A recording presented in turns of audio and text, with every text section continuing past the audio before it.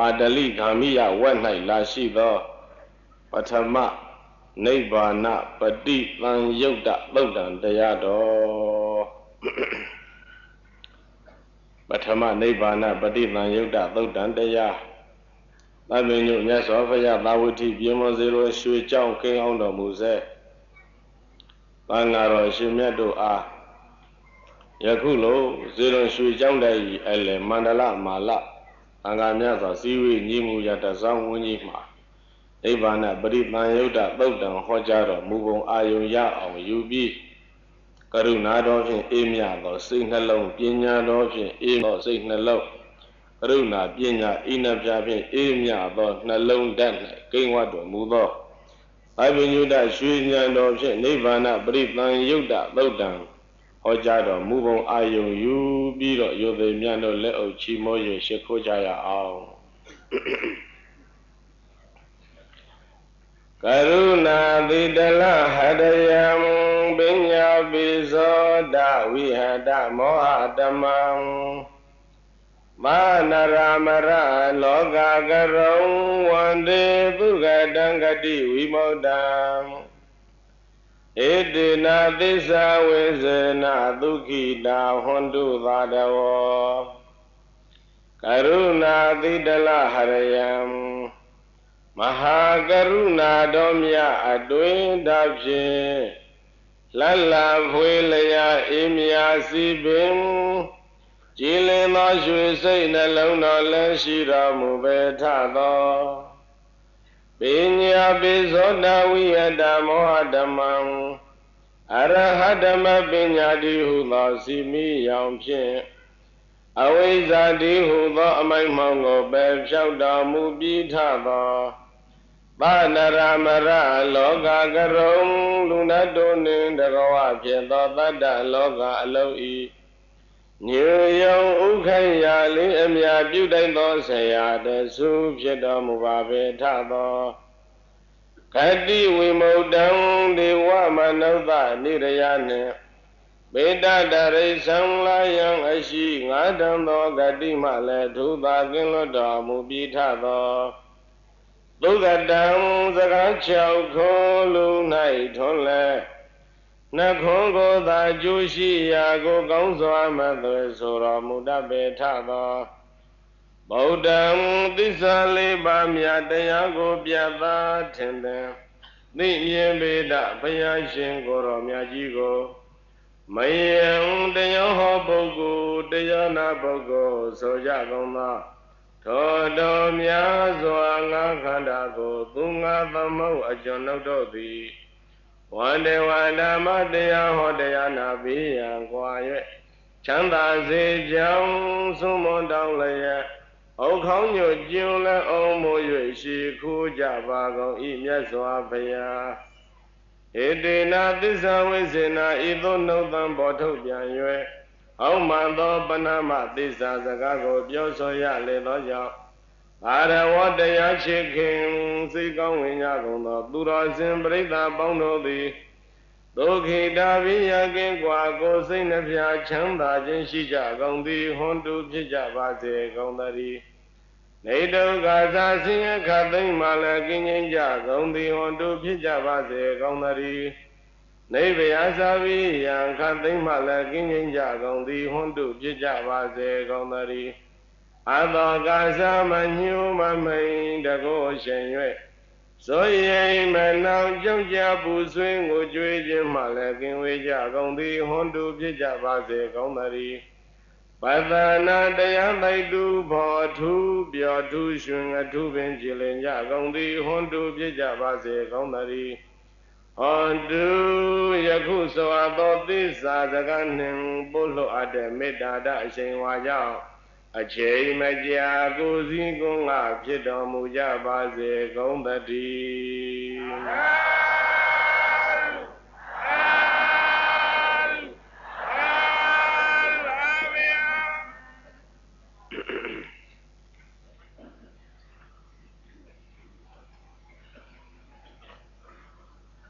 Chaudaji Payaji Joundai Ninga Zemia Asriya ဏပူဇာဒုတိမင်္ဂလာပွဲတော်ကြီးဆင်ရင်ရာမှာဘုန်းကြီးတို့ဒီယနေ့ညနှစ်ဆန်းတရက်43ခုနှစ်ရဲ့နှစ်ဦးကာလမှာစတင်ပြီးတော့ဘုန်းကြီးတို့ဒါပထမဆုံးဟောရတဲ့တရားပွဲမှာပရိယတ္တိသာသနာတော်တဲ့အလွန်တရာမှအားထားရတဲ့ကျောင်းတိုက်ကြီးတစ်ခုရဲ့နှစ်90အခမ်းအနား43ခုနှစ်ရဲ့နှစ်ဦးနှစ်ဆန်းတရက်နေ့မှာစတင်ပြီးတော့ကျင်းပဘုန်းကြီးတို့စတင်ပြီးတော့ဓမ္မဒါနတရားအလှူပေးဝေရတော့အလွန်တရာမှကျက်တရေမင်္ဂလာနဲ့ပြည့်စုံတဲ့ဓမ္မသဘင်ကြီးပါပဲဘုန်းကြီးတို့ဟောကြားပြီးတော့နောက်ညများမှာမောဂုတ်ဆရာတော်ဘုရားများမာစီဆရာတော်ဘုရားကြီးနဲ့တကွမာစီဆရာတော်ဘုရားကြီးရဲ့တပည့်ဓမ္မဂတိကဆရာတော်တွေဆက်လက်ပြီးတော့နောက်ညဒီမှာဟောကြားပါလိမ့်အောင်မယ်ဟောတော်မူကြပါလိမ့်အောင်မယ်တကူလဇန်14ရက်မောဂုတ်ဆရာတော်တကူလဇန်15ရက်မှာမဟာစီဆရာတော်လို့ဒီမှာကြေညာထားလာပြီးတော့တရက်ကြတော့ပရိသတ်ကိုတတ္တဒါနပေါ်လေအပန်အလှူပေးမယ်တဲ့ဝိုင်းတော်ဒီစိန်ကလားရဲ့ဆိုင်အဖွဲအပန်အလှူအကြည့်ကျယ်ပေးမယ်အဲ့ဒီကြတဲ့အလှူခံကြွကြပါဦးနော်ခုကတော့တရားအလှူပေးတာဟောအခါကြတော့ဝိုင်းတော်ဒီစိန်ကလားတို့ကအပန်အလှူပေးလိုက်မယ်တတ္တဒါနဗိဓမာနီးနဲ့စဉ်းစားတော့အပန်လှူရတာသူလည်းပဲကုသိုလ်တစ်မျိုးပဲဒါလည်းကောင်းတာအဆင်းမှာလှူရင်ပိုကောင်းပါဘယ်နဲ့တော့တခါကြီးသခင်များသိအပန်အလှူမှာအဆင်းအလှူလေးပါတွဲလိုက်ရမကောင်းဘူးလားကောင်းရင်တွေးတခါကြီးရဘာဖြစ်တော့ဗိဓမာနီးအရာအလှူကြီးပဲအဲ့ဒါယူပါဒနာတတ္တဒါနဂန္ဓဒါနဟုတ်လားဒါအလှူတွေပဲရုပ်စစ်အင်္ဂါချောမောလှပတဲ့ဟလာအမျိုးသားတွေအမျိုးသမီးတွေကိုအလှဆုံးဆင်းပြီးတော့ဤစင်မြင့်ကပြလိုက်ဒါအဆင်းလှူတာအတီးကောင်းအဆိုးကောင်းတဲ့အမျိုးသားတွေအမျိုးသမီးတွေဆိုပြီးတော့ဒီကနေပြလိုက်တော့ဒါအပန်းလှူတာမွေးမျိုးနန်းသားတွေစုပုံပြီးတော့ဒီကနေအမွေးဓာတ်တွေပေးလိုက်တော့ဒါကဂန္ဓဒါနအနံ့လှူတာယန္တာမျိုးစုံကိုကျွေးလိုက်တော့ဘာဖြစ်လဲရတဒါနအယတာလှူတာအခင်းတွေပရိသတ်ထိုင်မှုရန်ချောမွေ့ဟလာလက်လေးသေးလောက်ရှိတယ်ဟလာမွေးရှိကောစောကြီးတွေခင်းမြပေးလိုက်ရင်ဒါကဖုဒ္ဓဘဒါနအတွေ့အထိလှူတာကောင်းမှုလားသခင်များသိကောင်းရင်လုံးပါပေါ့စုံသွားဘယ်နဲ့တတ္တဒါနတစ်ခုတည်းယူပဒါနမပါဘူး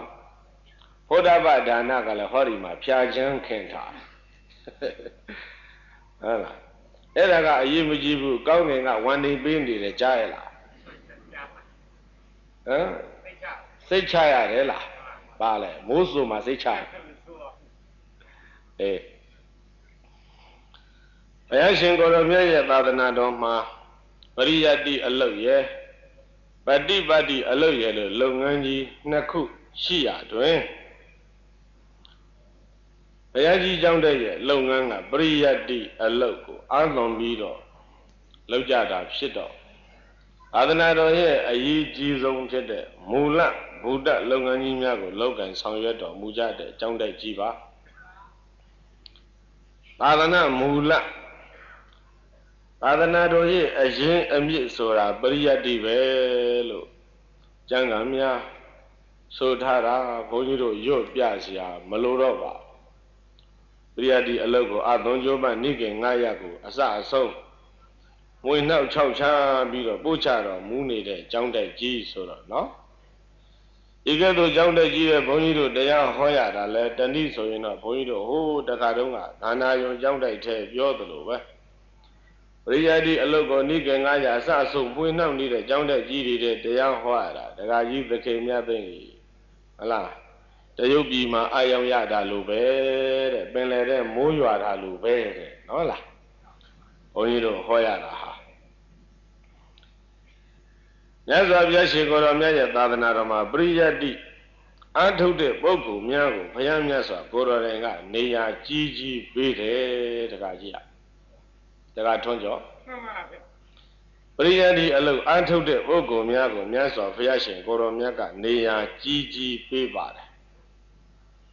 ဘယ်လိုနေရာကြီးကြီးပေးထားသလဲဆိုရင်သုဒ္ဓဗုဒ္ဓရေလို့နေရာကြီးကြီးပေးပါတယ်သုဒ္ဓဗုဒ္ဓဘုန်းကြီးတို့ပရိသတ်ကြီးဘာဗုဒ္ဓသုဒ္ဓဗုဒ္ဓရေလို့နေရာကြီးကြီးပေးဘုရားကိုရောမြတ်ကမိမိနဲ့ကိုရောမြတ်နဲ့ထပ်တူဖြစ်တဲ့နာမည်ကိုပေးခဲ့တာပရိယတ်တိဝန်ဆောင်ပုဂ္ဂိုလ်များကိုပေးတယ်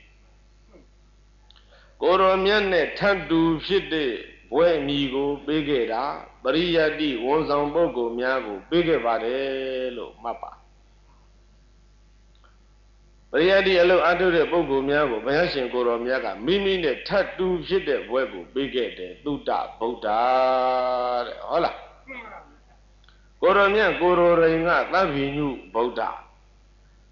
ပရိယတ်တိသင်လို့တတ်သင်ပြီးတော့တတ်ထားသိထားတဲ့အရှင်မြတ်တွေကိုတဏိတူတူလေးပြောလိုက်ရအောင်သင်ပြီးသိထားတဲ့အရှင်တို့ကိုဘယ်လိုအမည်ပေးသုဒ္ဓဗုဒ္ဓ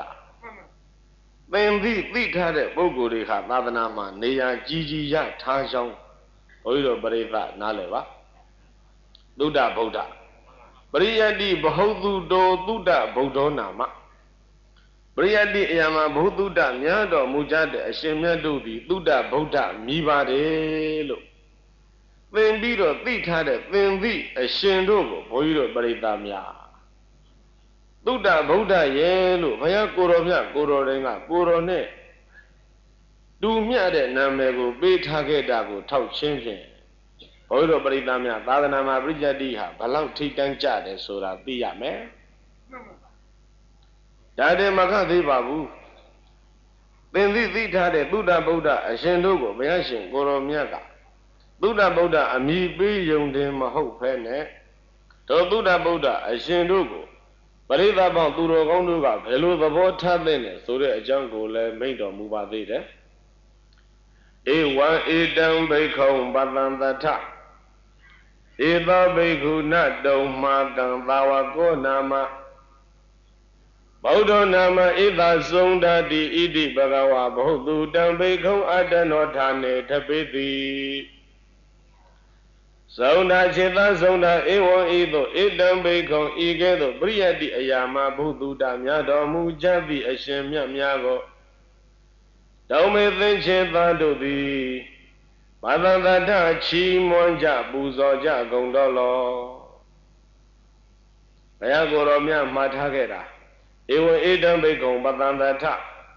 ပရိယတ္တိအရာမှာဘုသူတများတဲ့သုဒ္ဓဗုဒ္ဓအရှင်တို့ကိုဘာသန္တထချီးမွမ်းကြကုန်တော်လောပူဇေထပူဇော်ကြကုန်တော်လောဧသောဘိက္ခုဤကဲ့သို့ပရိယတ္တိအရာမှာဘုသူတများတော်မူကြတဲ့အရှင်မြတ်များသည်တောင်မာကံသိချေသာတို့ယနသာဝကောနာမသာဝကမဟုတ်ပါပေ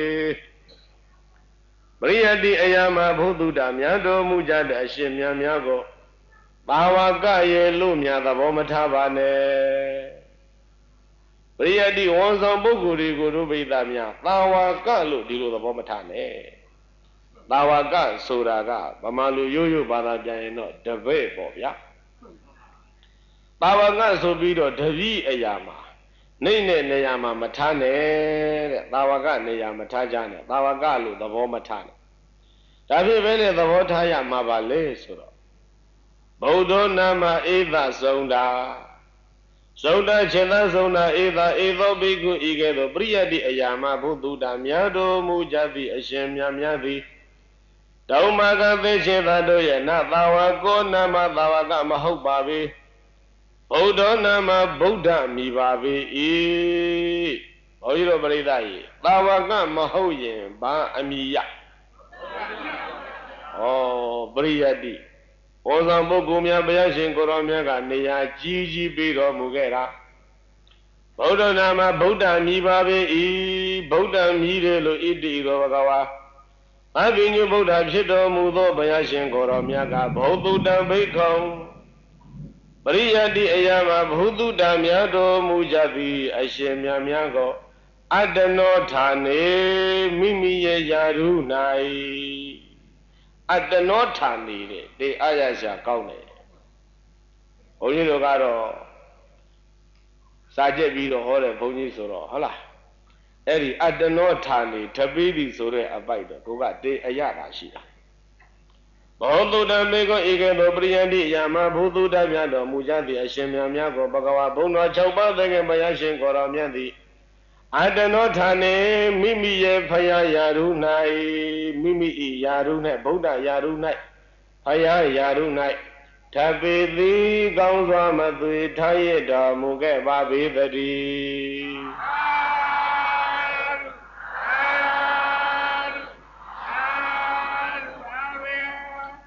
ဘောဓုတံဘိက္ခုံအတ္တနောဌာနေထပေသည်တဲ့ဘလောက်အာရရှာကောင်းပရိယတ္တိအရာဘုဒ္ဓတမြတ်တဲ့အရှင်မြတ်တို့ကိုပါဝါကလို့ဘုန်းကြီးတို့ပရိသတ်မမှတ်ပါနဲ့ဘုရားရှင်ကိုရောမြတ်ကလွှဲရယဟန်တော်မှန်မှန်မြတ်ပရိသတ်တို့ကပါဝါကတွေဗုဒ္ဓရဲ့ပါဝါကတွေဒီလိုဆိုလေးရှိပါတယ်ဒီလိုဆိုတော့မှားသလားလို့ဆိုတော့မှားတော့မမှားဘူးမှန်တယ်သို့တော်လည်းပဲဘုရားဘုရားရှင်ကိုရောမြတ်ရဲ့သာသနာတော်မှာယဟန်မှန်သမျှအကုန်လုံးကိုသာဝကရဲ့လို့ဒီလိုသိမ့်ချုံပြီးတော့မခေါ်လိုက်နဲ့အောင်ပရိယတ္တိအယမဘုသူတ္တများတော်မူကြတဲ့အရှင်မြတ်များကြတော့နတုံမှကံသာဝကောနာမပရိယတ္တိဘုသူတ္တများတဲ့ပုဂ္ဂိုလ်သည်သာဝကမဟုတ်ဘူးဘုဒ္ဓနာမဣသဆုံးတာဒီပုဂ္ဂိုလ်တွေဟာဗုဒ္ဓမြည်တယ်ပရိယတ္တိယဘုသူတ္တမြတ်နိကေငါးရပ်ကိုမွေနောက်၆ချားတဲ့ပုဂ္ဂိုလ်တွေကိုဘုရားပရိသတ်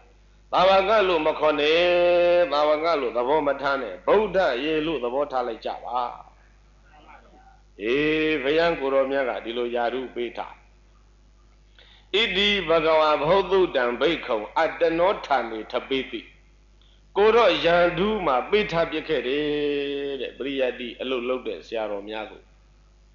ပရိယတ္တိဝန်ဆောင်ဆရာတော်များကိုမြတ်စွာဘုရားရှင်ကိုရောမြတ်မရှိတော့တဲ့နောက်ဘုရားကိုရောမြတ်ကကိုတော့ယန္ဓုမှာအထာပြခဲ့တယ်ဘုရားယန္ဓုကိုရတာဘယ်လိုပုဂ္ဂိုလ်တွေတုံးဆိုရင်သဘောပေါက်ပြီမြတ်စွာဘုရားရဲ့ယန္ဓုကိုရတဲ့ပုဂ္ဂိုလ်တွေဟာပရိယတ္တိဝန်ဆောင်ပုဂ္ဂိုလ်များ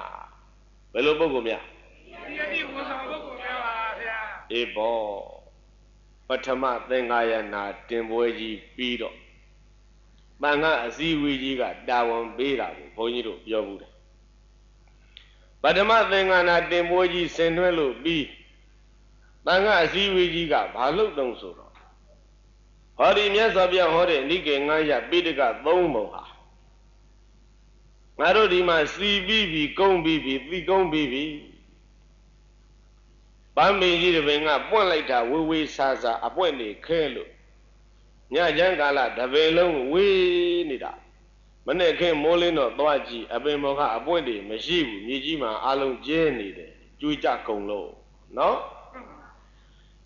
အဲ့လိုကျွေးကြကုန်တဲ့ပန်းပွင့်တွေကိုကျွမ်းကျင်လိမ္မာတဲ့ပန်းသီသမားဟာပန်းမင်းကြီးအောက်ရောက်လာပြီးတော့အပွင့်တွေကောက်ခါနဲ့သူကပန်းတွေတောင်းတွေဖြတ်တည်တဲ့ထဲ့တာကြီးတဲ့အပွင့်တွေတောင်းအလှစားဖြစ်တဲ့အပွင့်တွေတောင်းတလုံးအငယ်စားဖြစ်တဲ့အပွင့်တွေတောင်းတလုံးအဖူးအငုံလေးတွေကိုတောင်းတလုံးအိုးတောင်းနေနဲ့အကြည်စားပန်းပွင့်အလှစားပန်းပွင့်အငယ်စားပန်းပွင့်အဖူးအငုံမျိုးစုံပန်းတွေကိုအမျိုးစားခွဲပြီးတော့သူကသိကျွမ်းကျင်တာတောင်းကြီးတွေထဲထားလိုက်တာပြီးတော့မှအဲ့ဒီတောင်းတွေကပန်းပွင့်တွေကျိုးတွေနဲ့ကောက်တီးလိုက်တော့အကြည်စားပန်းပွင့်တွေစုထားတဲ့တောင်းကြီးတွေကပန်းပွင့်တွေကျိုးနေပြီးတော့ပန်းကုန်းကြီးရအလတ်စားပန်းပွင့်တွေထည့်ထားတဲ့တောင်းကြီးတွေကပန်းကုန်းတွေကောက်ပြီးတော့တီးလိုက်တော့အလတ်စားပန်းကုန်းဖြစ်တယ်အငယ်စားပန်းပွင့်တွေထည့်ထားတဲ့တောင်းတွေကအငယ်စားပန်းပွင့်တွေစုပြီးတော့ကျိုးနေတီးလိုက်တော့အဲ့ဒါပန်းကုန်းအငယ်စားရဈေးသွားရောက်တော့အကြီးစားကဈေးတစ်မျိုးအလတ်စားကဈေးတစ်မျိုးအငယ်စားကဈေးတစ်မျိုးပန်းကုန်းတွေကိုဟုတ်လားအရွယ်စားကိုစုံတယ်နော်စုံပါဗျာကျွမ်းကျင်လိမ္မာတဲ့ပန်းသီသမားဟာထိုကဲ့သို့တီကုန်းထားအဲ့ဒီလိုသာကျွမ်းကျင်တီကုန်းမထားဘူးဆိုရင်တောင်းတဲ့ကပန်းတွေဟာအစုလိုက်အပုံလိုက်ရောင်းရမလို့ဖြစ်တယ်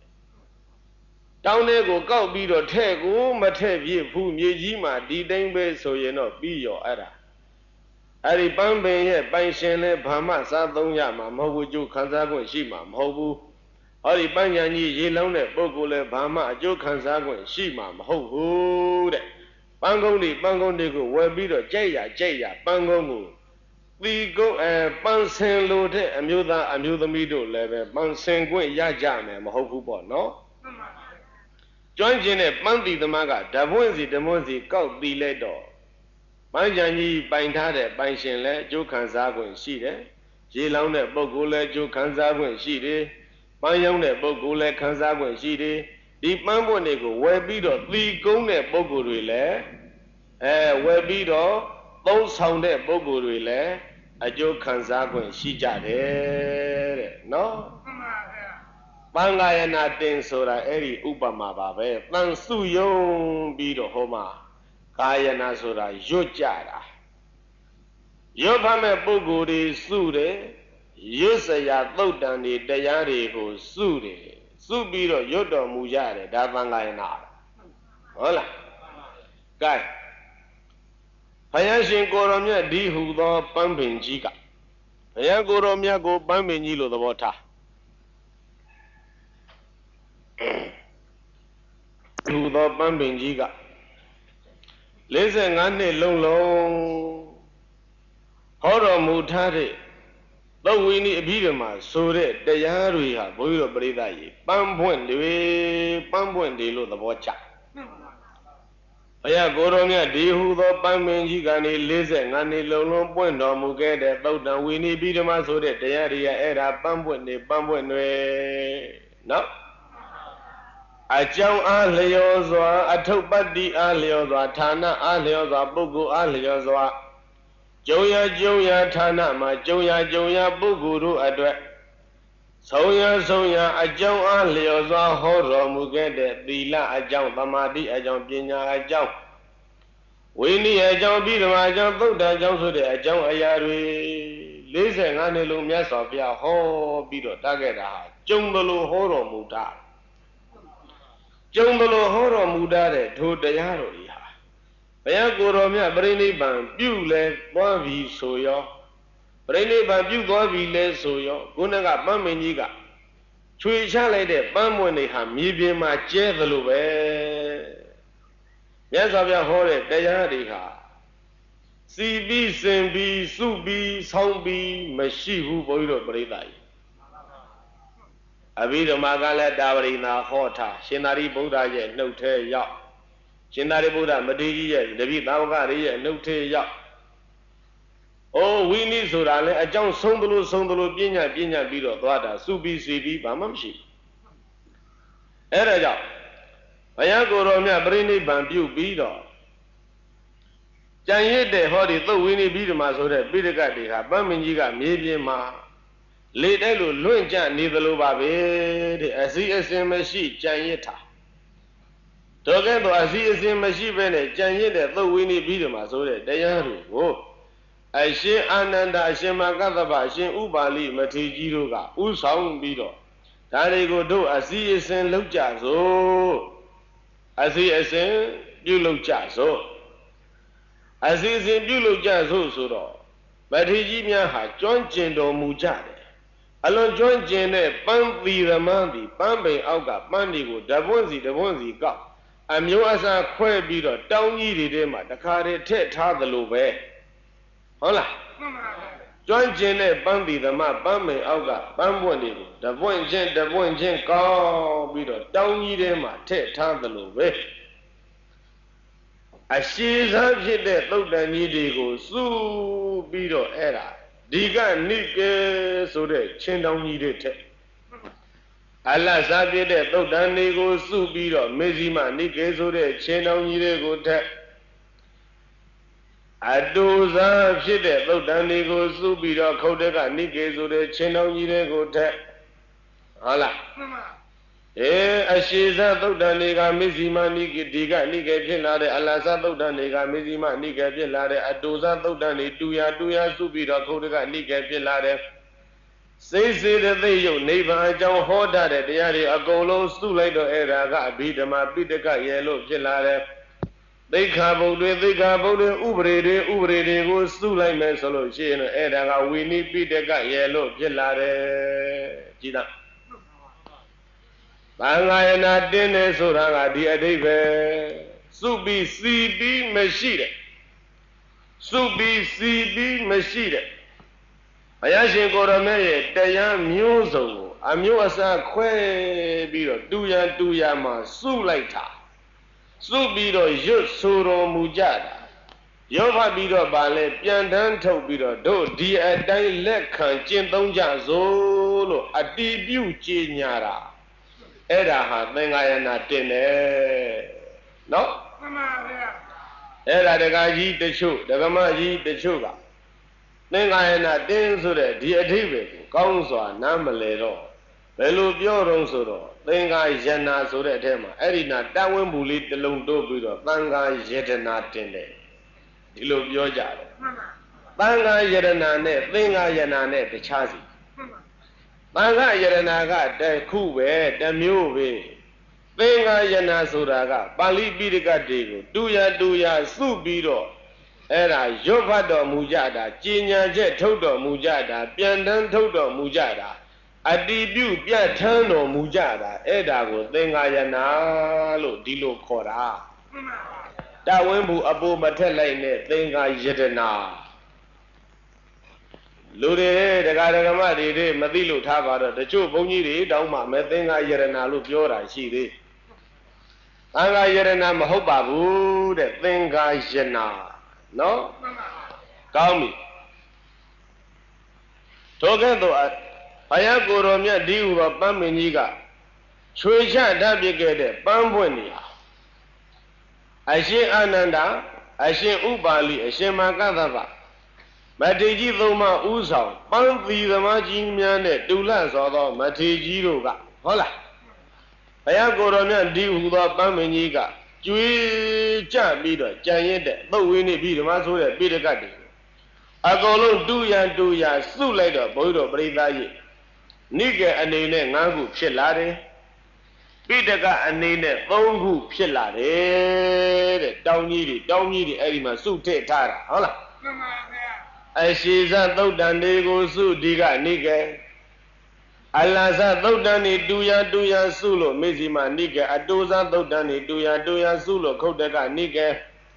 တရားတော်တွေ2ပါးတွဲ3ပါးတွဲ4ပါးတွဲ5ပါးတွဲ6ပါးတွဲ9ပါးတွဲ10ပါးတွဲ9ပါးတွဲ10ပါးတွဲ17ပါးတွဲတရားအစုလိုက်အတွဲလိုက်ဟောတာတွေအကုန်စုပြီးတော့အဲ့ဒါကြတော့အင်္ဂုတ္တရနိကေတရားတစ်ခုနဲ့တစ်ခုရှင်းဆက်ပြီးတော့ပေါင်းစပြီးတော့ဟောတာကြတော့သံယုတ်တနိကေဟုတ်လားမှန်ပါဗျာသိက္ခာဘုတ်တွေဥပဒေတွေအကုန်စုလိုက်တော့ဝိနည်းပိဋကပရမတ္ထဓမ္မတွေအကုန်စုလိုက်တော့ဗိဓမ္မာပိဋကဒီလိုဖြစ်တာအဲ့တို့စုလို့တော့ပြီးပြီစီလို့တော့ပြီးပြီသီလို့တော့ပြီးပြီပြဋ္ဌာန်းကျင့်ကြံချက်တွေတော့ထုတ်လို့ပြီးပြီတို့စုစီသီပြီးတော့ပြဋ္ဌာန်းကျင့်ညာထားတဲ့ဒီပိဋကတ်တွေမပြောက်မပြည့်ရအောင်တို့ဘယ်လိုထိမ့်မလဲသင်္ဃာနာတင်ပွဲကြီးပြီးတော့မထေကြီးတို့အစည်းဝေးတိုင်ပင်တော်မူကြစည်းဝေးတိုင်ပင်တော်မူတော့အကိုင်းပိဋကတ်တွေကမြန်းလိုက်တာနိကေက9ခုတောင်ရှိတာတပါးတည်းဆောင်ဖို့တော့ဒါကြာတတ်နိုင်မယ်မဟုတ်ဘူးတာဝန်ခွဲပြီးတော့ဝေကြစို့အရှင်အာနန္ဒာမထေရကတပည့်900ကိုဒီကနိကေတာဝန်ယူပြီးတော့ပို့ချပေးပါအရှင်အာနန္ဒာမထေရကတာဝန်ယူ၍ဒီကနိကေကိုပို့ချဆောင်ရွက်တော်မူပါအရှင်သာရိပုတ္တရာမထေရကြီးထိုသံဃာနာတင်ပွဲမရှိတော့ပေမဲ့ရှင်သာရိပုတ္တရာမထေရကြီးရဲ့တပည့်တွေဉာဏ်ကြီးကျယ်တဲ့မထေရကြီးတွေရှိတော်မူကြသေးတယ်ဒါရရှင်သာရိပုတ္တရာမထေရသူမြတ်ရဲ့တပည့်တွေကပညာဉာဏ်ကြီးကျယ်တော်မူကြတဲ့အခဲဆုံးဖြစ်တဲ့မဇ္ဈိမနိကေနဲ့အဘိဓမ္မာ9ကျမ်းကိုတာဝန်ယူတော်မူကြပါဖရာတာဝန်ပေးတာအရှင်အနုရုဒ္ဓမတေသူမြတ်ကတော့အင်္ဂုတ္တရနိကေကိုတာဝန်ယူပြီးပို့ချဆောင်ရွက်တော်မူပါ ရှင်မကသဗ္ဗမတေကြီးကတော့တန်ယုတ်တာနိကကိုတာဝန်ယူ၍ပို့ချဆောင်ရွက်တော်မူပါရှင်ဥပါလိမတေကတော့ဝိနည်းပိဋကကိုတာဝန်ယူ၍ပို့ချဆောင်ရွက်တော်မူပါဘုန်းကြီးတို့ပရိသတ်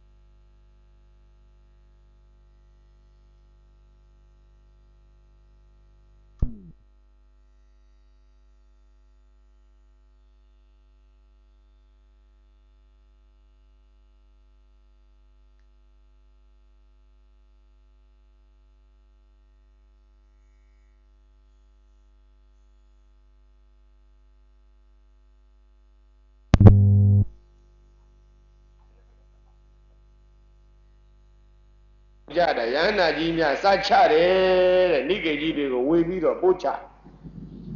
နှုတ်တိုက်ချတာနော်မှန်ပါဗျာနှုတ်ချင်းပို့ချနှုတ်ချင်းပို့ချနှုတ်ကနေနှုတ်ကနေနှုတ်ဆရာကနေတပိနှုတ်တဲ့တပိကနေအဲ့ဒီတပိနှုတ်တဲ့ဩသိတ္တ ानु သိတ္တသိတ္တ ानु သိတ္တတပိအဆက်ဆက်တပိအဆက်ဆက်ဆောင်ရွက်ပြီးတော့လာခဲ့ကြတာဘုန်းကြီးတို့ပရိသတ်ကြီးဒုတိယသင်္ဃာနာတင်လေးပဲအဲ့ဒါနှုတ်ဆောင်မဲ့တတိယသင်္ဃာနာတင်တော့လဲနှုတ်ဆောင်မဲ့တတိယသင်္ဃာနာတင်တော့သာသနာသက်ကလေး230လောက်ရောက်ပြီအဲ့ဒီအချိန်မှာအဲ့ဒါနှုတ်ဆင့်ကမ်းသာသနာပဲရှိသေးတယ်အဲ့ဒီနှုတ်ဆင့်ကမ်းသာသနာကဘယ်သွားသလဲလို့ဆိုတော့သီဟိုအထိသီဟိုလည်းပဲနှုတ်ဆင့်ကမ်းသရုဒ္ဓသင်္ဃာနာတင်တဲ့အထိအဲ့ဒါနှုတ်ဆင့်ကမ်းပဲရှိသေးတယ်သရုဒ္ဓသင်္ဃာနာတင်ကနီးဖြစ်ရများအံ့ဩစရာကောင်းလို့တိုင်းပြည်သဘုံကထရှင်မယင်ကထွက်ပြေးတိုးတဲ့ပုံသဘုံတွေကထလိုက်တာ14နှစ်ကြာတယ်ရှင်မယင်တိုးတဲ့မှာမောကအကြီးကျယ်ခေါင်းလို့တိုင်းပြည်ငတ်မွတ်တဲ့ဘေးကြီးကကျုံတန်ဃာတော်တွေဆုံးခံသွားဆုံးမရရှာကြဘူးယဟန္တာ2000ဟာဆုံးမရလို့တောင်ထိပ်မှာပြိဋိဘံပြုတော်မူရတယ်လို့မှတ်တမ်းရှိအံ့ဩစရာအဲ့ဒါလိုအခက်အခဲကြုံတိုင်းပြည်ကြီးဘေးဒုက္ခဖြစ်နေတော့ဆုံးခံလို့မရပါပဲနဲ့ဒီမထေသူမြတ်တွေဟာဒီပိဋကတ်တွေကိုမပြောင်းမပြည့်အောင်နှုတ်ဆင့်ကမ်းပြီးတော့ဘယ်လိုများပို့ချဆောင်ရွက်တုံးဆိုတော့ဆုံးခံလို့မရဘူးရေပဲဝအောင်တောက်ပြီးတော့မျက်စိတ်ဆင်းတောင်းပြင်းမှာသဲတွေကိုရေဆိုးပြီးတော့တောင်ကမူသားလေးတွေလုပ်ပြီးတော့ပုံအဲ့ဒီသဲပုံလေးတွေပေါ်ဘိုက်မှောက်ပြီးတော့ဘိုက်ထေးတိုးတိုးတန်တန်အေးအောင်ဟဲ့ဆိုပြီးတော့သဲရေဆိုးဘိုက်မှောက်အဲ့ဒီပေါ်မှာမထေတို့ဟာတောင်းပြင်းမှာစီတန်းပြီးတော့နိကေတွေကိုပြန်နေကြတာဆရာကပို့ချတပည့်ကလည်းပဲသဲရေဆို့ဘိုက်ပေါ်တင်ပြီးတော့အဲ့ဒါဟိုဘက်ကနေကြက်ထားအဲ့ဒီလိုဆောင်းလာတာဘုရားပြိဿကြီးအသေးခံပြီးတော့အလုပ်လုပ်လာတာ14နှစ်လုပ်ရွာတိုင်းပြည်စစ်ပွဲကြီးပြီးငါမခေါင်းမတဲ့ဘေးကြီးရှင်မယင်ထီးနှံပြန်ရောက်အဲ့ဒီတော့မှတိုင်းပြည်သူပြည်သားနဲ့ရှင်မယင်သံဃာတော်များသုံးမလဲအဲ့ဒီမှာခေါင်းသုံးလုံးဆိုင်ပြီးတော့စဉ်းစားတယ်ဒီသာသနာတော်ကြီးနဲ့ဒီနိကေတွေကိုမပြောက်အောင်တို့ဘယ်လိုထိန်းရမလဲကိုလိုသာနှုတ်ဆင့်ကန်းဆောင်း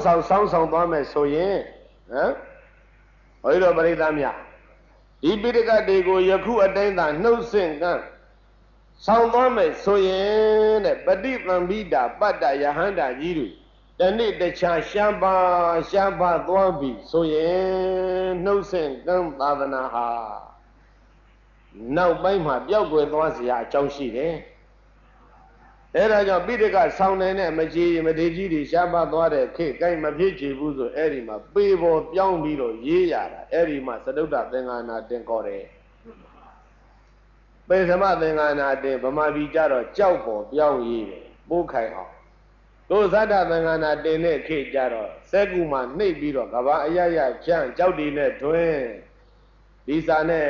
ဒီသာသနာတည်တံ့စေခြင်းလို့လောက်ကန်ဆောင်ရွက်တဲ့အချက်အလက်ဟုတ်ကလားမှန်ပါဗျာ။ဒါရင်ဒီတော့ဘုန်းကြီးတို့ပရိသတ်ဘာသဘောပေါက်သွားလဲ။ပိဋကသုံးပုံကိုစောင့်ရှောက်ပြီးတော့လာတယ်ဆိုတာဟာနိကေဆောင်မထေတွေပိဋကဆောင်တဲ့မထေတွေဆိုတာတကတွန်းချော်နားလဲဗလား။မှန်ပါနားလဲသွားပါဗျာ။ဒါကြောင့်မြတ်စွာဘုရားကယာရုကြီးပြီးတယ်ဆိုတာပြီးထိုက်တယ်။ပြီးထိုက်ပါဗျာ။ဒီသာသနာဘဟုသေလာတယ်လဲဆိုရပြီသုဒ္ဓဗုဒ္ဓမထေကြီးများသယ်ခဲ့တာဘယ်မထေကြီးတွေသယ်ခဲ့သုဒ္ဓဗုဒ္ဓမထေကြီးတွေသယ်ခဲ့ပါဗျာဒါကြောင့်ဘုရားမြတ်စွာကယာရုပေးပါတယ် Eo etam bhikkhu patantacha eto bhikkhuna dhamma kang tavako nama buddho nama ita saundati iti bhagava bhuddham bhikkhu adano thane tapiti Sauna cheta sauna evo ito etam bhikkhu iketo priyati ayama buddha myado mujati ashen myamyago Daume tin cheta dudhi patantacha chi monja puzoja gaundala Eva bhikkhu iketo priyati yama buddha myado mujati ashen myamyati dhamma kang te cheta doyana tavako nama tavaka mahogu Buddha nama Buddha mibabe I Buddha amiyare lo Iti ito bhagava Buddha chausu aulantu Kitto mudo tabinyo myasa bayati Buddha bhikkhu priyati yama Buddha myado mujati ashen myamyago Adano thane mimi mashiro di idagana now by Natanga Kayi Dalayalo Mimi Yadu Goro Yadu Bayan Yadu Buddha Yadu Night Tabe Gauza Madri Chimyauda Mugeba Bidari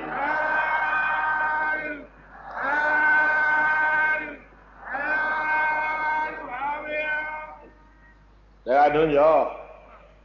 Bidaka Babu Sao Sura Deve Yavi, no? Eh, Badana Bude, so in Bodo Breda. Bayagoro Miaga, Yadu Bitagede, Duda, Boda. I see Mendogo, Bodo Breda, I am swear out you, Nabubian, at the chap, Bodo Breda Mia. Eh, Nalonema, swear Neo, they shall not be the Talisan. Bayam Badanama. Yadu Gigi Yada ha Buddha Buddha Matijimia. Priyadi Wonzang Matijimia. Hobla. Hello Sanyake Sura Gunaga Biogade, Lamai, a change of Boido Breda Chileba. Shema Gavashi Ananda Yahanda Matijimia Gaza Bido Sabe Priyadigo, Bocha, Bocha. No chimbocha, no gani, no chimbocha, no senga, there Bido Lagelo. Digani Hori Chowdaji Piaji Chowday a tea Didadana Digani Yaulara, no?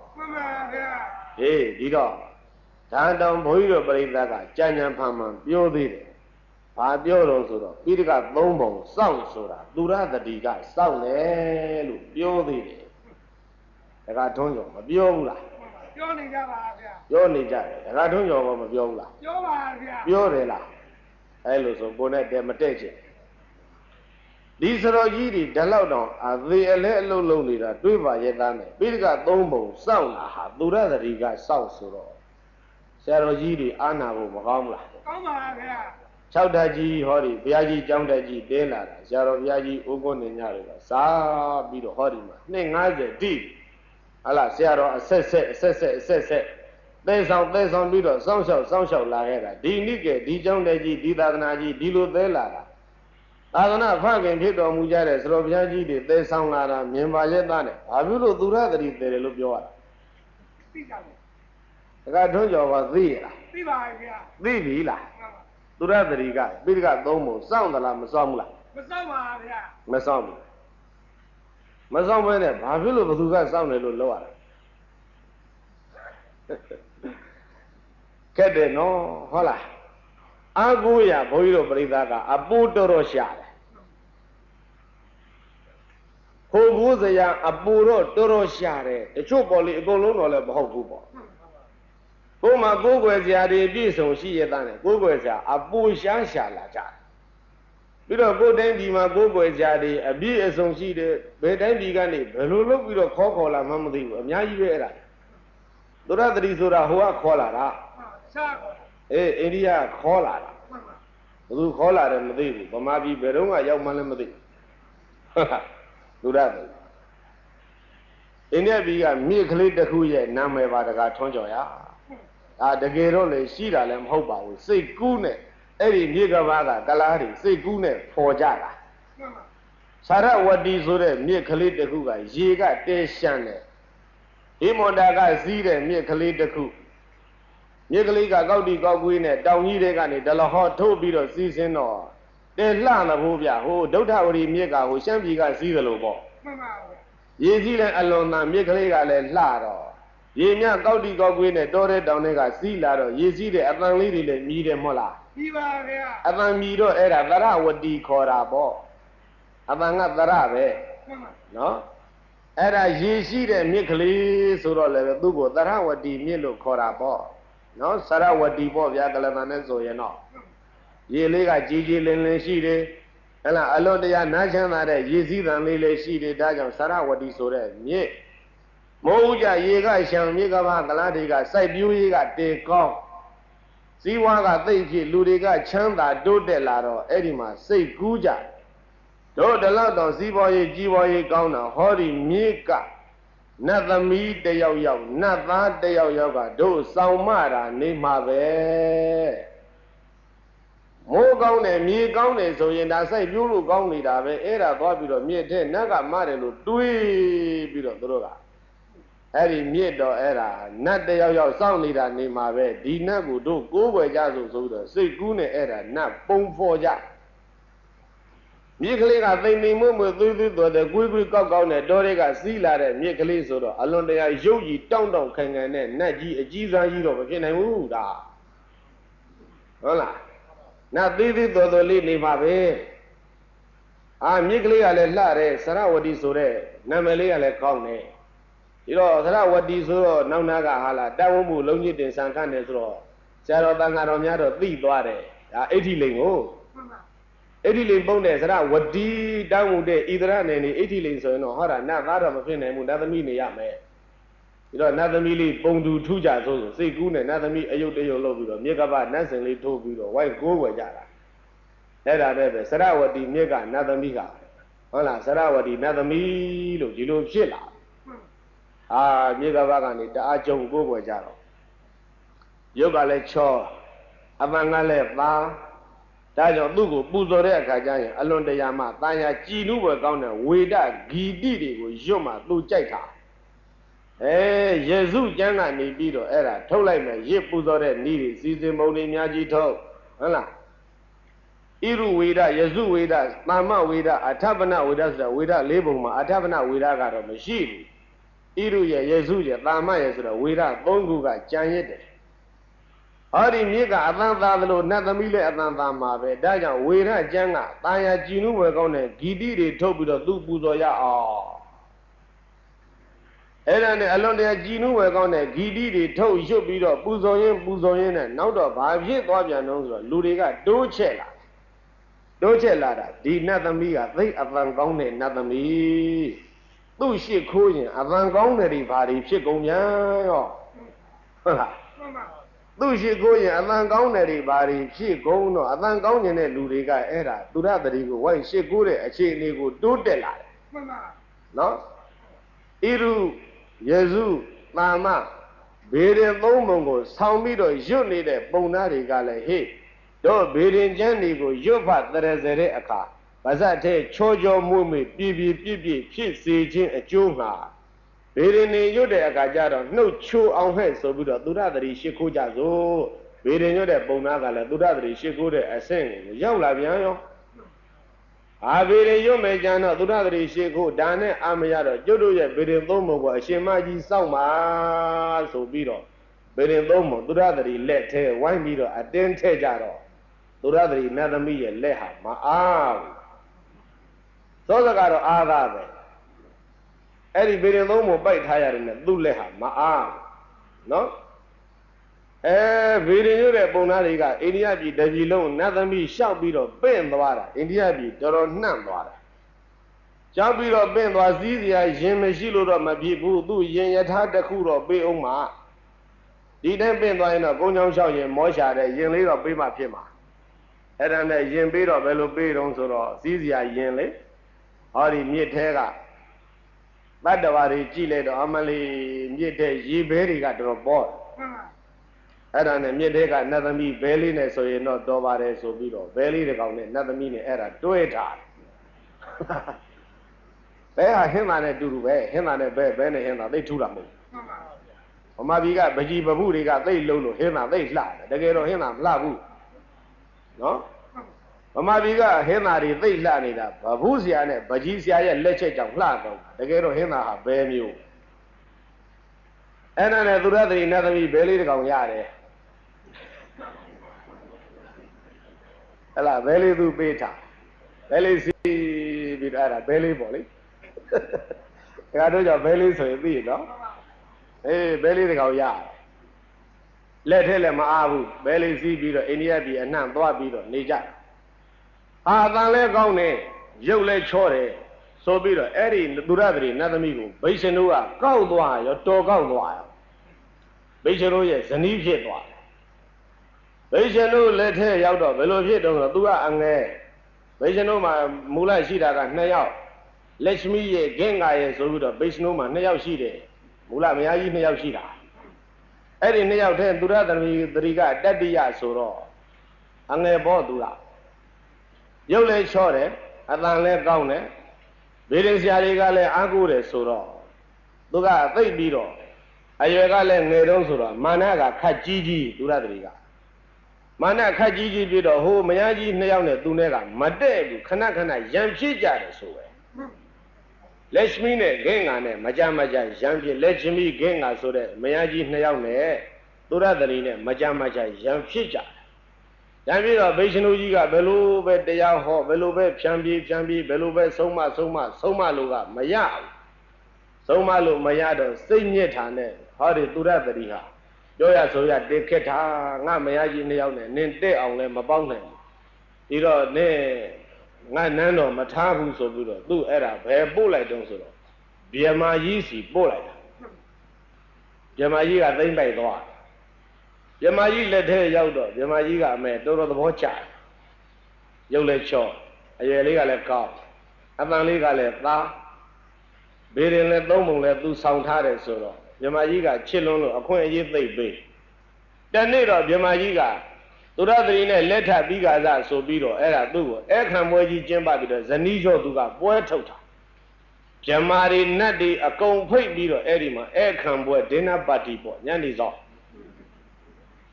အဲခံပွဲလုပ်တော့ပရိသတ်စုံပြီးဇနီးကျော်ထွက်ခဲ့ပါတော့ဆိုတော့ဟိုပရိသတ်ကလည်းကြည်ကျင်လှပြီးဗျမကြီးဇနီးဘလောက်ချောတုံးဆိုကြည်ကျင်လှပြီပရိသတ်တွေကစုံပြီးသူရသတိထွက်ခဲ့ဆိုတော့သူရေချိုးလို့မပြီးသေးဘူးတဲ့အလှတော်တော်ကြိုက်တယ်ရေချိုးကထွက်လာပြန်တော့ဟဲ့လာပါတော့ဟဲ့ဆိုတော့မပြီးသေးဘူးတဲ့အလှပြင်ရတော့မဲတဲ့အလှကလည်းပြင်စပယ်လေးပြင်ခုံမိုးလေးပြင်နှခမ်းလေးပြင်ပါးလေးပြင်လို့ကမပြီးနိုင်ဗျမကြီးကကြာတော့စိတ်ဆိုးလာဒါလောက်လူကြီးလူကောင်းနေနဲ့အဲခံနဲ့ပွဲနင်မလာနိုင်ရကောင်းသားဆိုစိတ်ဆိုးပြီးတော့မြမကြီးကအဲ့ဒါသူယာရုချပလိုက်ဗိရှင်တို့ကလည်းပဲပယ်ထုတ်မြမကြီးကလည်းအဲခံပွဲမျက်နှာပြက်အောင်လုပ်တဲ့ကောင်မဆိုပြီးတော့ယာရုချအဲ့ဒါနဲ့မျက်နှာငယ်လို့ဒေရင်သုံးပုံပိုက်ထားတယ်ဘဲလေးနဲ့အဲ့ဒီသူရသတိဟာအိန္ဒိယမှာမျက်နှာငယ်တာနဲ့ကိုင်းငါအိန္ဒိယတော့မပြောဘူးဗမာပြည်သွားတာကောင်းတယ်အိန္ဒိယတော့ငါမပြောဘူးဗမာပြည်သွားလိမ့်မှပဲဆိုပြီးတော့အဲ့ဒါဗမာပြည်သွားတာဗမာပြည်ကိုဘုန်းကြီးတို့ပြိဿရေဘဲစီပြီးတော့ပြန်လာတာအဲ့ဒါဘသူကခေါ်လာပြီးတော့ဘယ်နေရာပေးလိုက်တယ်မသိပါဘူးဗမာပြည်လဲရောက်ရောသူရသတိကအမဲတော်တော်ကိုသူကကြီးကြီးချင်းဖြစ်လာဘေရင်သုံးပုံနဲ့ဗမာပြည်နဲ့သဘာဝမချဘေရင်သုံးပုံနေရာမှာအဲ့ဒါစလုံးပြောင်းမှဖြစ်မယ်ဆိုပြီးတော့ပိဋကသုံးပုံစလုံးပြောင်းဗမာတွေလောက်တာအဲ့ဒါဟိုကလာတော့ကတော့ဘေရင်သုံးပုံပိုက်လာတာဒီကြတော့မှဗမာတွေကအဲ့ဒါပိဋကသုံးပုံဆိုပြီးတော့စလုံးပြောင်းတော့အမေသူရသတိကယာရုတော်တော်ကြီးသွားတယ်ယာရုဘလောက်ကြီးသွားတယ်ထင်တယ်ဘုန်းကြီးတွေတဲ့တောင်းသူကယာရုကြီးသွားတယ်ဒါကတွန်းကျော်မှန်ပါဗျာဖြစ်ပုံဟဲ့လားပိဋကသုံးပုံသူစောင့်တာဟဲ့ဆိုတော့ဘုန်းကြီးเจ้าမော်လဲသူရသတိကရောက်သွားဘုန်းကြီးကလည်းအေးပိဋကသုံးပုံဟာသူရသတိစောင့်တာဟုတ်လိမ့်မယ်ဆိုပြီးတော့တချို့ဘုန်းကြီးကကိုယ်ဆရာကိုမေ့ပြီးတော့သူရသတိကိုကြောပွဲနဲ့ရှ िख ိုးလို့ဟုတ်လားကိုယ်စာသင်ပေးလိုက်တဲ့ကိုယ်ဆရာကိုမေ့ပြီးတော့အဲ့ဒီသူရသတိကိုရှ िख ိုးလို့တချို့ပေါ့အများကြီးတော့မဟုတ်ပါဘူးနည်းနည်းပါးပေါ့ဟုတ်လားအဲ့ဒါနဲ့သူရသတိကဗမာပြည်မှာယာရုတော်တော်တွင်ကျဲနေတာပိဋကသုံးပုံသူစောင့်တယ်လို့ဖြစ်တာအထုပ္ပတ္တိအစီအစဉ်ကတော့ခုနကဘုန်းကြီးပြောတဲ့အတိုင်းပဲဘုန်းကြီးတို့ပြိဿအဲ့ဒါနော်ဘု ုန်းကြီးတို့တဲ့တတ်တဲ့ပုဂ္ဂိုလ်တွေမေးကြည့်အောင်ပေါ့လေဘုန်းကြီးတို့တဲ့တတ်တဲ့ပုဂ္ဂိုလ်တွေမေးကြည့်တော့ဒါတဲ့စုံစုံပြောလိုက်မယ်ဘုန်းကြီးတို့ကစာတအုပ်တဲ့ဖတ်ထားပြီးတော့အဲ့ဒါတွေ့သလောက်ပြောရစာစုံစုံဖတ်ရင်သူရသတိဇတ်ဟာတော်တော်ရှုပ်တာတကယ်ရှုပ်တယ်ဘုန်းကြီးကဟာလားသက္ကတာပညာရှိဆရာကြီးဦးဆန်းတုံးကိုသေချာချာမေးကြည့်ဆရာသူရသတိဇတ်ထုတ်ပြောစမ်းမှာဆိုတော့ပြောရင်ကိုတောင်ခေါင်းမူးသွားတယ်ရှုပ်လိုက်တဲ့ဖြည်းဖြည်းဟိုကနေဟိုလက်ထဲရောက်ဟိုလူလက်ထဲရောက်ဟိုလူကကောက်ဟိုလူကနှင်းထုတ်ဟိုလူကကောက်ဟိုလူကနှင်းထုတ်အမလေးရှုပ်လို့မြမကြီးရဲ့ဇနီးဆိုတဲ့ကျမ်းကတံမျိုးသမီးဆိုတဲ့ကျမ်းကတံမျိုးရှုပ်ချက်ကိုခတ်လို့သူကအဲ့ဒါအဲဒီတော့ဘာပဲဖြစ်ဖြစ်ထားပြီးကသုံးပုံနဲ့သူရသတိမဆိုင်ဘူးဆိုတာတော့သိကြတယ်နော်သိကြပါပါဗျာသိကြတယ်မဟာသမယသုတ်ဆိုတာနတ်စရင်တော်စုံတဲ့သုတ်မဟာအာတဏတိယသုတ်လည်းပဲနတ်စရင်တော့တော်တော်စုံတဲ့သုတ်ပဲဘုန်းကြီးတို့ပိဋကတော်ကလာတဲ့သုတ်တန်နှစ်ခုနတ်စရင်ခန့်စုံစုံတွေ့ကြရင်အဲ့ဒီသုတ်နှစ်သုတ်ကိုအသေးချာလေ့လာဒါယူမြတ်သိမတ်ထားခင်ဗျနတ်ကတလောက်ဖတ်ကြရင်အဲ့ဒီနှစ်သုတ်ဖတ်စုံတဲ့အဲ့ဒီမှာအဲ့ဒီလောက်စုံတဲ့သုတ်တန်ကြီးနှစ်ခုမှာနတ်တွေစရင်နဲ့လိုက်ဖွင့်လိုက်တဲ့အခါကျတော့သူရသတိဘယ်မှာမှမပါဘူးဆိုတာသိကြတယ်မယုံရင်ဟောဒီကျောင်းတွေကဆရာတော်ကြီးတွေရှောက်ကြည့်ဆရာတော်တို့မာသမယသုတ်တဲ့သူရသတိပါလားဆိုဆရာတော်ကြီးတွေကလည်းပဲနတ်ထီလို့ပြောလိုက်တယ်အာတဏတိယသုတ်တော်ကြီးတွေကိုပါသလားလို့ဆိုတော့မပါဘူးအဲ့ဒါဆရာတော်ကြီးတွေကမိတ်လိုက်တယ်နော်အေးနတ်စေအစုံဆုံးပြတဲ့သုတ်တန်တစ်ခုမှာသူရသတိမပါပါဘူးဒါပေမဲ့ဒီကနေ့သူရသတိဗမာပြည်တော်တော်ခစ်စားပိဋကသုံးပုံသူ့လက်ထဲထည့်လိုက်တော့အဲ့ဒါခေတ်စားရောပေါ့ဗျာတီထွင်တဲ့လူဟာတော်တော်ဉာဏ်ရှိတယ်နော်သူရသတိကိုအဲ့ဒါဗမာပြည်ပြင့်လာပြီးတော့မှနေရာရအောင်တီထွင်တဲ့လူဟာတော်တော်ကိုဉာဏ်ရှိတယ်ဗမာပြည်ဗုဒ္ဓသာသနာတော်ရဲ့အသက်ဖြစ်တဲ့ပိဋကသုံးပုံကိုအဲ့ဒီနတ်သမီးအလိုက်တဲ့ဆိုကြတဲ့ကူကဒီလူဟာဉာဏ်တော်ရှိတယ်လို့ပုံပါဉာဏ်ရှိတယ်ဉာဏ်ရှိပုံကတစ်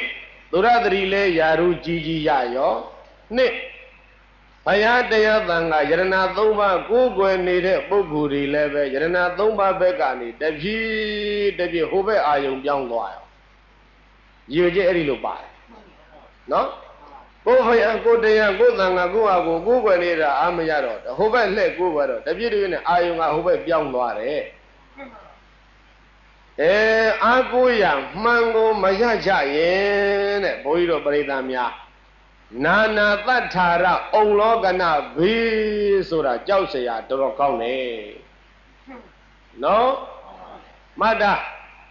နာနာတ္ထာရအုံလောကနာဘေးတဲ့ဘာဘေးတော့နာနာတ္ထာလောကနာဘေးပါနာနာတ္ထာရအမျိုးမျိုးသောဆရာတို့ရဲ့မျက်နာကိုအုံလောကနာမော့ကြည့်နေရတယ်အဲ့ဒါဘေးဆိုင်တာနာနာတ္ထာရအုံလောကနာဘေးဒီဘေးကြောက်เสียအကောင်းဆုံးပဲနောက်တစ်မျိုးပြောလိုက်မယ်ကိုယ်ွယ်ရာများတာဟာအဲ့ဒါဘေးတွေ့တာကိုယ်ွယ်ရာများရင်ဘာဖြစ်လဲဘေးဖြစ်ပါပါဗျာဘေးတွေ့တယ်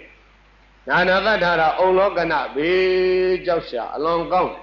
ကိုယ်မှာအာကိုရာအစစ်ဟာသေသေးချာချာရှိပြီးသားသမာဓိတကယ်ကျင့်ကျင်လားသုတ်တံ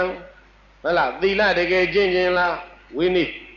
အဘိဓမ္မာစကားပညာစကားတက်လမ်းမလားအဘိဓမ္မာနော်သီလဆိုတာဟာဝိနည်းပိဋကကထုတ်ထားတာသမာဓိဆိုတာသုတ်တံပိဋကကအစီထုတ်တာ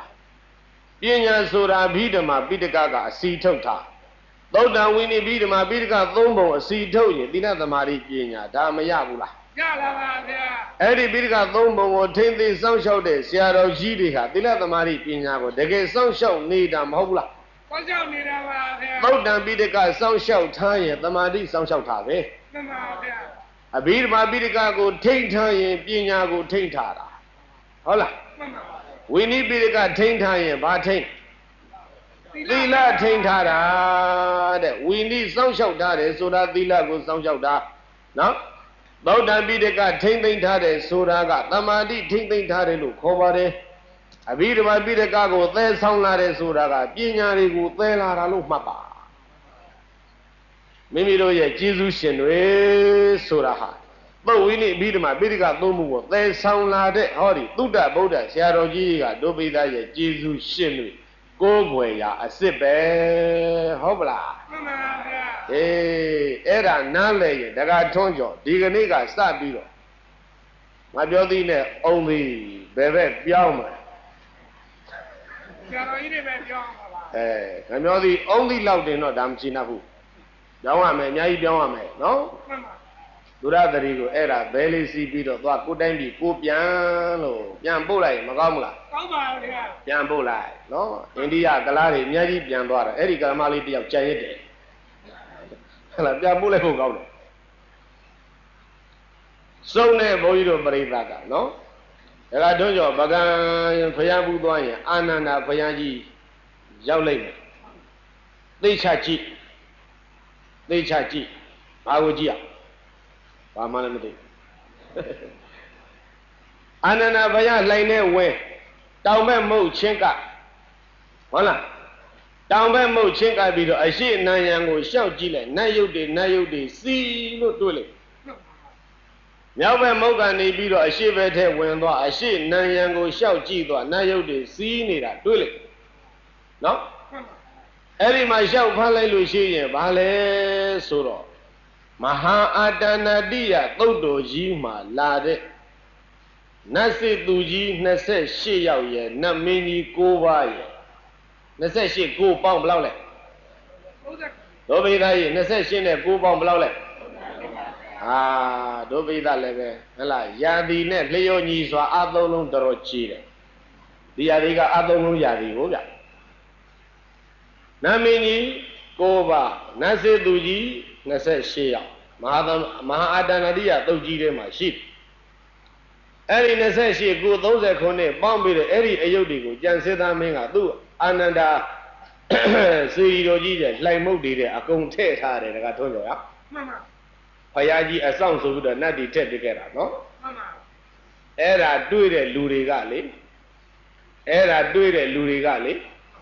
ဟာ38မင်းတို့လည်းပဲလောက်ကြအောင်ဆိုဟုတ်လားဟောမှာ38မင်းတွေ့ပြီမဟုတ်လားတွေ့ပြီပါဗျာဗုဒ္ဓဘာသာ38မင်းဆိုတာအဲ့ဒီက38မင်းမှီညံပြုတ်ပြီးတော့အင်းဝါတို့ပင်းရတို့တကောင်းတို့ဗကံတို့ဟုတ်လားအိန္ဒိယတို့ကအမျိုးမျိုးသေးလာတဲ့လူတွေကိုအဲ့ဒါစုပြီးတော့နတ်ဖြစ်တယ်ဆိုတော့38မင်းထုပြီးတော့ကိုးကွယ်ကြတယ်အဲ့ဒီနီးယူတာတခါထုံးကျော်ဘာကနေပြီးတော့ကိုးကွယ်လိုက်ကြတယ်နဲ့ဘာဘူး38မင်းသူကလည်း38မင်းငါကလည်း38မင်းမျိုးကိုစုံရောကိုးကွယ်ကြဘာကနေပြီးတော့တပြီလုံးဟိုဟိုဒီမှာတခါတည်းဇေဒီဒီတခါတည်းမိုးပေါက်သလိုဇေဒီဒီမိုးလိုပေါက်သလိုပဲတဲ့နတ်ယုတ်ဒီလည်းပဲတပြီလုံးမိုးလိုပေါက်တော့ကြံစစ်သားကအဲ့ဓာတွေအမြင်ကပ်ပုံပေါ်တယ်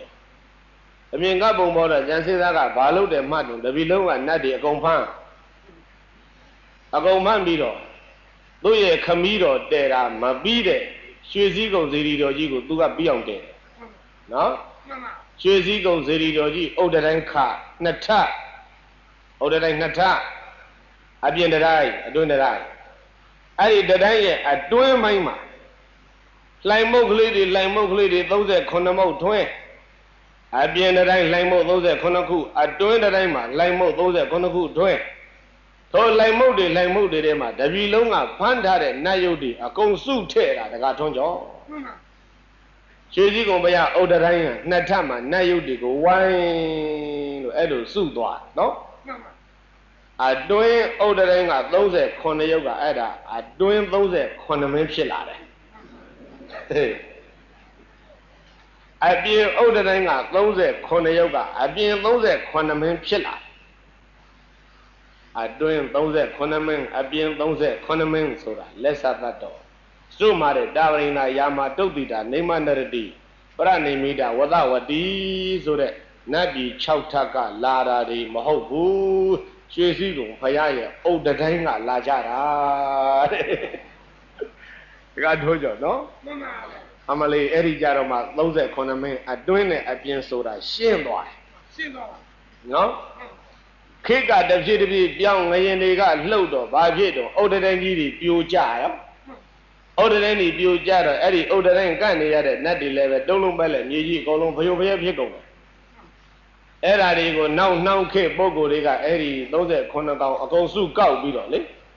ဘာလို့တယ်မှတော့အောက်တိုက်ကလေးတစ်ခုလုံးအကုန်စုလှောင်ထားတာအဲ့ဒီထဲမှာနတ်တွေတိုက်ပိတ်ခံရတာအဲ့ဒီမှာ39ရုပ်စုပြီးတော့အကုန်လှောင်ထားတာတကားထွန်းစောအဲ့ဒါဘာခေါ်တယ်မှတ်တော့နတ်လှောင်ကြောင်းလို့ခေါ်တယ်ဘာကရာဇဝင်မှာရှိပါပဲနော်တုံးလုံးအကုန်စုထပ်ထားတဲ့အတွက်ကြောင့်မို့လို့တဲ့နတ်လှောင်ကြောင်းမဟုတ်ဘူးတဲ့နတ်တွေတုံးလုံးလဲလျောင်းနေရတာမို့လို့နတ်လျောင်းကြောင်းတဲ့မဲဒီလိုလဲခေါ်သေးတယ်အဲ့ဒါ39မိနစ်ရဲ့သမိုင်းအကျဉ်းချုပ်ဟုတ်လားအကျေဟောရင်39ရက်ဟောတောင်မကုန်နော်ဒါကတော့ကြောင့်မှတ်တာ39မိနစ်အတွင်းနဲ့အပြင်နဲ့ဆိုတာအဲ့ဒါစည်ရင်းတွေလျှောက်ကြည့်လိုက်တော့ဗမာပြည်ဖြစ်နတ်တွေပဲများတယ်အိန္ဒိယပြည်နတ်ကနည်းနည်းပါးပါးပဲပါတယ်အိန္ဒိယပြည်နတ်ကနည်းနည်းပါးပါးပါတယ်တောင်မြုံကဟို2ကောင်ပါတယ်နော်တောင်မြုံက2ကောင်ပါတယ်